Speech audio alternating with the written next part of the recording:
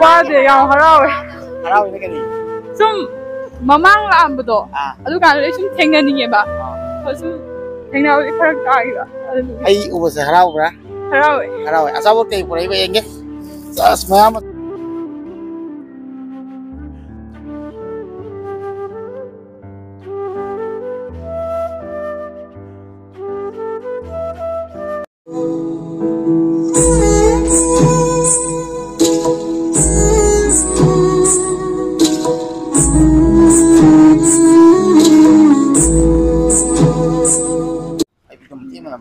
Echan di jauh sih lah, nol nuksina. Aina ngasih kacing dagi tholak pada Instagram dagi Echan na ai subscriber oraga ai bu unaningak pa aduga samaina hairaga ai thokla gadi thokcharam ge hana yam nuksi samaina thengna baje aina ju asi clip set ai di record tawraga aina thengna gi basingja abidi angang singjina ona nuksi ba achapot ko purakna tawise yam nuksi grane ko Echan gi yum ga laifam na kai ba kai mikop dagi Anjali Fijo. Aduh, soalnya Echan gimana malai? Lin Thui Naurem. Khawal. Khawal kaya aja? Tangjing. Aduh, wah berapa kena ngai ram bahasa? Wah deh, yang harawwe. Harawwe ni kali. Sum mamang laamdo.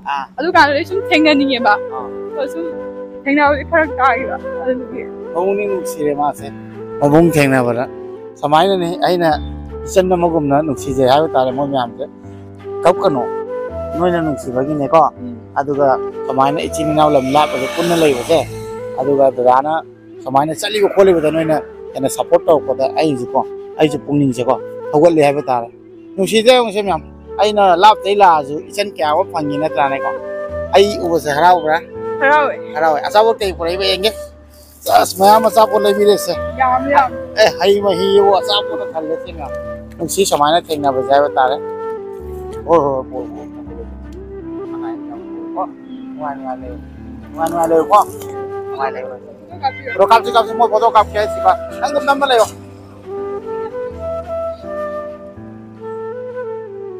adu de mo ga nga photo namina rage adu ga si video ja du apchara ge ma'am sini nuksi bai je nuksi dra nga ngai jai di pangunga nuksi se kap